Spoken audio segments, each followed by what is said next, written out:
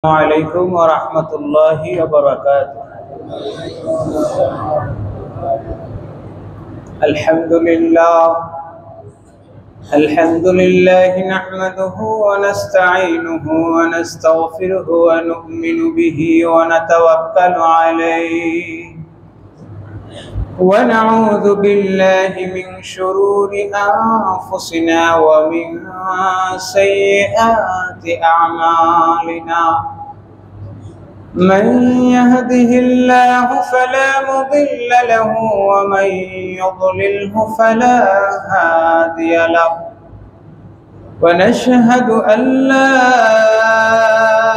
إله إلا الله وحده لا شريك له ولا ضد له ولا ند له ولا حد له ولا حدود له. ونشهد أن سيدنا وسندنا وحبيبنا وحبيب ربنا وطبيبنا وطبيب قلوبنا ومحبوبنا ومعشوقنا ومن جانا ومأوانا ومولانا محمد الذي أرسله بالحق بشيرا ونذيرا وداعيا إلى الله بإذنه وسراجا منيرا.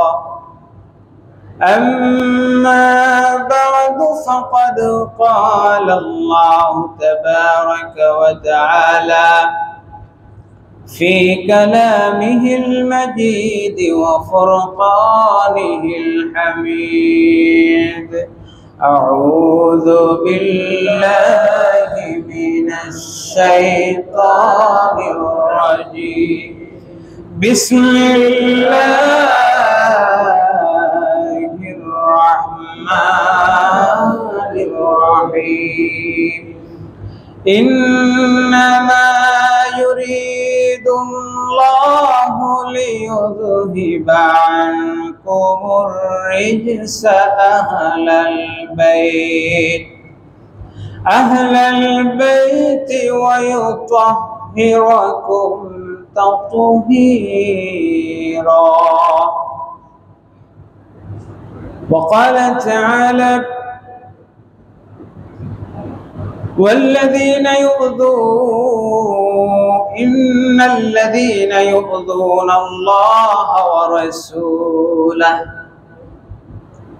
إن الذين يؤذون الله ورسوله لعنهم الله في الدنيا والآخرة وأعد لهم عذابا مهينا. إن الله وملائكته يصلون على النبي يا أيها الذين آمنوا صلوا عليه وسلموا تسليما. الحمد لله. খুতবার মধ্যে দুইখানা আয়াতে কারিমা সূরা আহজাব থেকে তেলাওয়াত করেছি। অল্প কিছু সময় আপনাদেরকে নিয়ে বিরক্ত করব। আপনাদের মূল্যবান সময়, আমাদের প্রত্যেকের সময় খুব মূল্যবান।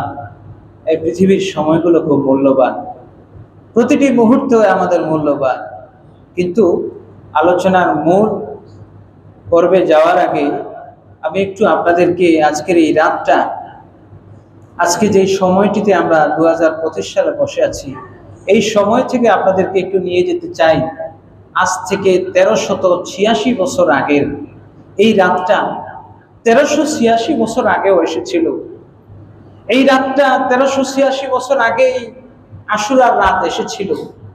কিন্তু এই আশুরার রাতটা নবী পরিবারের জন্য যখন আগমন করেছিল, এই সময়টাতে যখন কারবালার শুহাদায়ে কেরাম 72 জন শহীদদেরকে রেখে শিমার জিল জাওশান ওবায়দুল্লাহ ইবনে জিয়াদ যখন নবী পরিবারের শিশু এবং নারীদেরকে নিয়ে যাচ্ছিল, সেই সময়টার কথা আপনাদেরকে একটু স্মরণ করিয়ে দিতে চাই, একটু স্মৃতিচারণ করতে চাই। নবীজির কন্যা মা ফাতেমা রাদিয়াল্লাহু তাআলা আনহার আদরের দুলালি যায়নব বিনতে ফাতেমা, তিনি যখন এই 10ই মুহররম দিবাগত রাতটা কারবালার ময়দান থেকে মাগরিবের পর যখন চলে যাবেন, তিনি দেখতেছেন ওবাইদুল্লাহ ইবনে জিয়াদ তার সেনাবাহিনীর প্রতিটি নিহত সৈনিকগুলোরে দাফন কাফন করলো, কিন্তু তিনি তাকিয়ে দেখেন ওই মাটির মধ্যে ধুলোয় পিষ্ট হয়ে আছে নবীজির কলিজার টুকরা ইমাম হোসেইনের দেহ মোবারক। তিনি তাকিয়ে দেখলেন দেহ মোবারক থেকে মাথা মোবারক আলাদা করে তীরের মাথার মধ্যে ঝুলিয়ে রাখা হয়েছে। আর তিনি তাকিয়ে দেখলেন দেহটা জমিনের মধ্যে ধুলোর মধ্যে একদম লুটুপুটি খাচ্ছে। তিনি দেখলেন শিশু আলী আসগরের লাশটা কারবালার জমিনে একেবারে নিথর পড়ে আছে। ওই জমিনের মধ্যে তিনি দেখলেন নিজ সন্তানের লাশ, দেখলেন আব্বাস আলমদারের লাশ, এক এক করে সবগুলো লাশ তিনি দেখলেন। আর মদিনার দিকে ফিরে বললেন, নবী গো, 72 জন নিয়ে এসেছিলেন, হুসাইন আমাদেরকে নিয়ে এসেছেন, হুসাইন আপনার কাছে চলে গিয়েছেন, আমি মদিনায় মা ফাতেমার কাছে কি জবাব দেব?